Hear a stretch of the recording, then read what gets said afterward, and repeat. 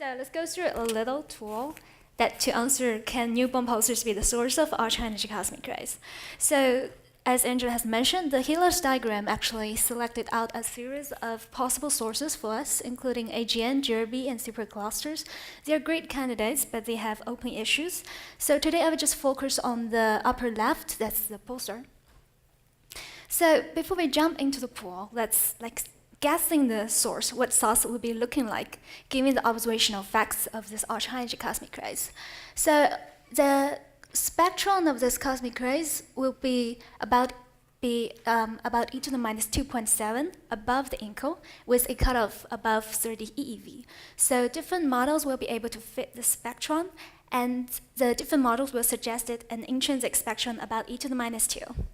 The arrival direction of the sources does not show a strong departure from isotropic. Does mean that there's no strong correlation with the extragalactic objects.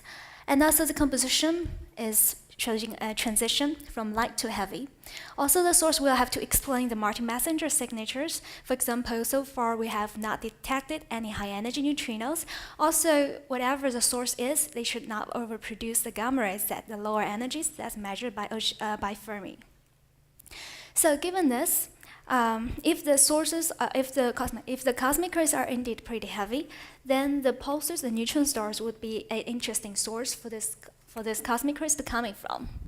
So the pulsars has long been suggested as a source of this ultra-energy cosmic rays. It's initially suggested in Bossy et al. In 2000, and later more completely developed in Ahrens 2003. So the basic idea is that the particles will be accelerated on the stellar, will be stripped off the stellar surface with a rate of Goldwyn-Gillian charge density, and the particles will be accelerated in the electric field to about 3 times 10 to the 20 electron volts for a pulsar with rotational speed about 10 to the 4th second. Can I use it? Okay, there we go. So this is the rotational speed, which is 10 to the 4th per second, corresponding to millisecond at burst. And this is the magnetic field, magnetic dipole moment, 10 to the 30.5, which corresponding to about 10 to the 12 Gauss. The spinning time is about 1 year, and the acceleration spectrum is pretty hard with e to the minus 1. However, instead of getting out directly, these particles will go through the 6 supernova ejecta surrounding this pulsar, because we're talking about the first few years of the pulsar's lifetime. So we simulate this whole process with a Monte Carlo, and here's some result. On the top right, I'm showing a pure proton injection into a pulsar that I've just mentioned. And then the dashed line is the injection spectrum with very hard e to the minus 1. Notice I am having energy times the flux in the y-axis. So the blue line is the escape spectrum would look like, which the maximum ones at the highest energies are killed because of the interactions. And then until later times when the system getting optically thin that the particles can escape without an interaction. The case is more interesting with iron nuclei injection, which will be injected 26 times higher energy. And the primary iron will have a similar behavior as the primary proton, that the highest ones are killed. However, the killed primary will actually turns into a series of secondaries, including the silicon group, magnesium group, CNO group, helium group, and a huge proton at a lower energy. So the overall spectrum is much more softened than the initial injection spectrum.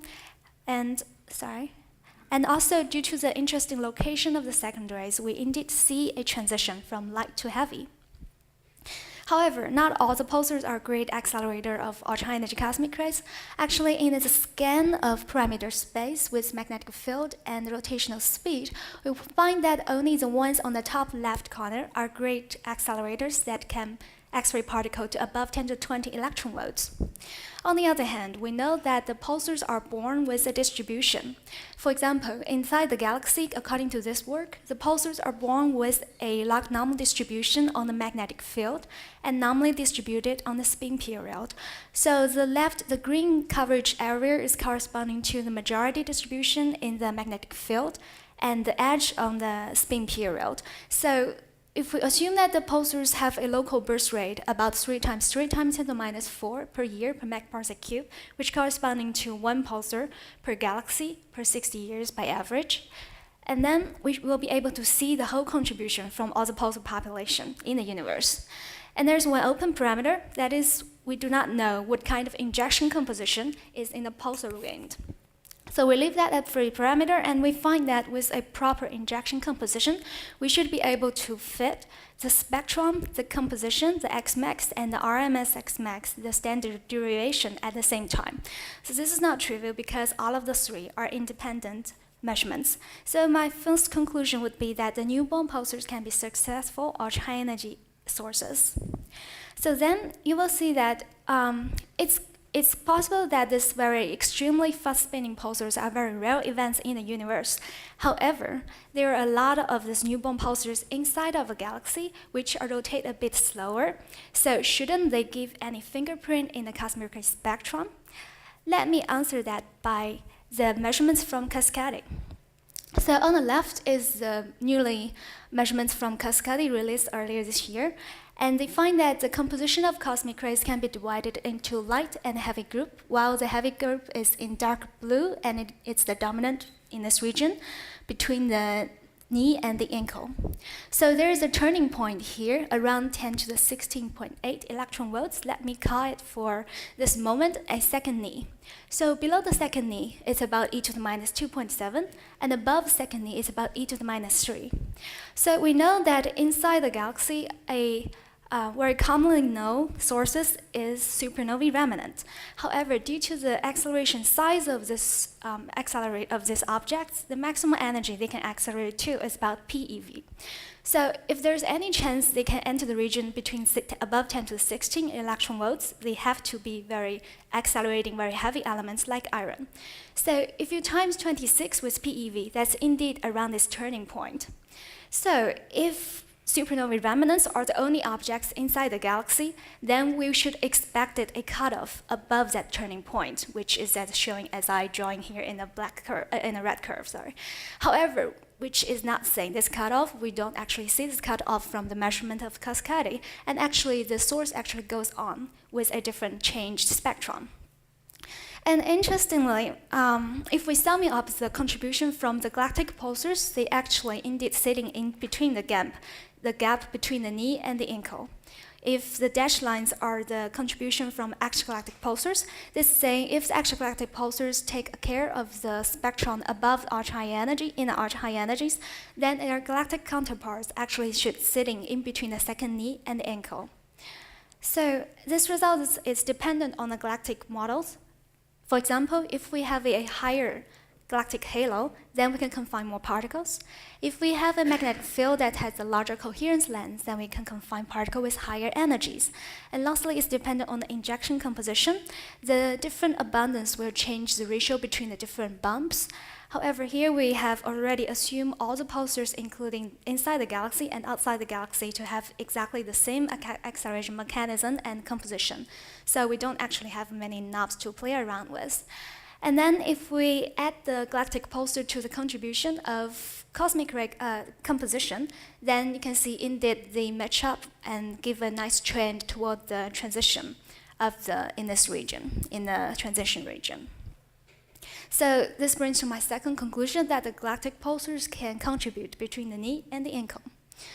And then you may say that, okay, it sounds very fancy, everything looks good, but is the model testable? So a smoking gun would be neutrinos. If there is a pulsar burst nearby, the neutrino spectrum from this pulsar would have a Waxman-Barkov shape, but in the e to the minus 1 version.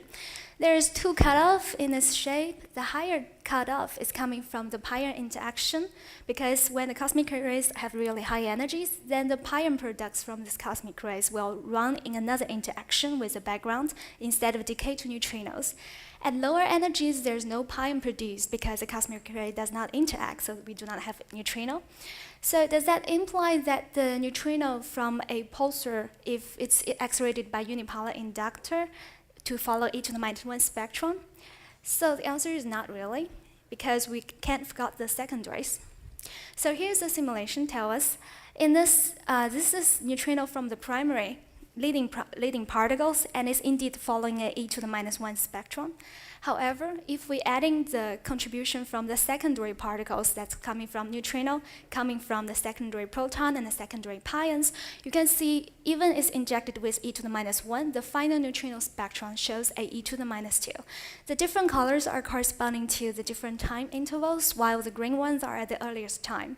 So you can see that the green ones, the earliest time particles, they keeps on interaction until at the end, they ended up as a huge bump of secondary at the lower energy.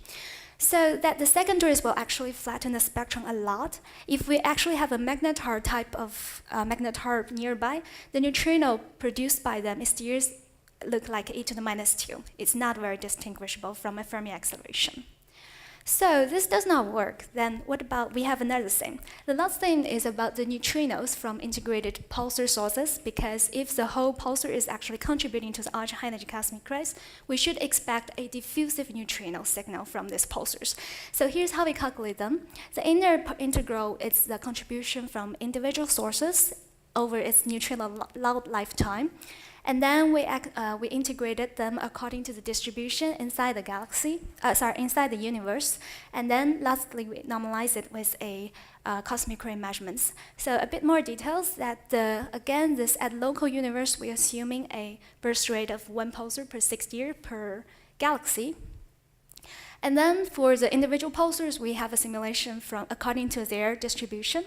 And I argue that at this point, so the neutrino production is not sensitive to the injection composition, unlike the cosmic rays, because in the hadron interactions, the iron nuclei, for example, will be acting like 56 little protons in producing the pions.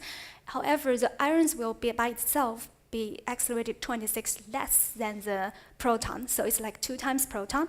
And for a CNO type of group, it will acting like 28 little protons, each accelerated 40 times smaller. So in a sense, the iron and the CNO will be similar in accelerating neutrinos. And lastly, this normalization factor is obtained by comparing the contribution of cosmic rays from all the pulsar population compared to the measurements at the ultra high energy by the Auger. So although it sounds like it's very dependent on the model, but I argue that it's not actually the case, because a back to envelope calculation is if we assuming the particles are accelerated by a Goldorine-Julian charge density, then the number density, the number of particles accelerated in the wind is a fixed number, and the neutrino lifetime is determined by the explosion of the supernovae, which is independent to the pulsar.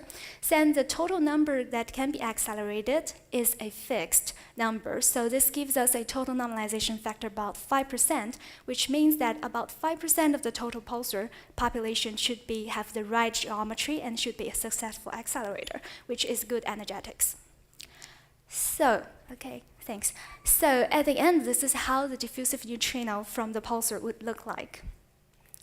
The green line, the blue line corresponding to the neutrino from pulsar sources if the pulsars follow a SFR type of evolution in a history, and the black line corresponding to a uniform history. And the dashed lines are the thin and solid dashed line corresponding to a IceCube 86 1 year and 5 year operation, while the orange one is the ARA 37 3-year sensitivity.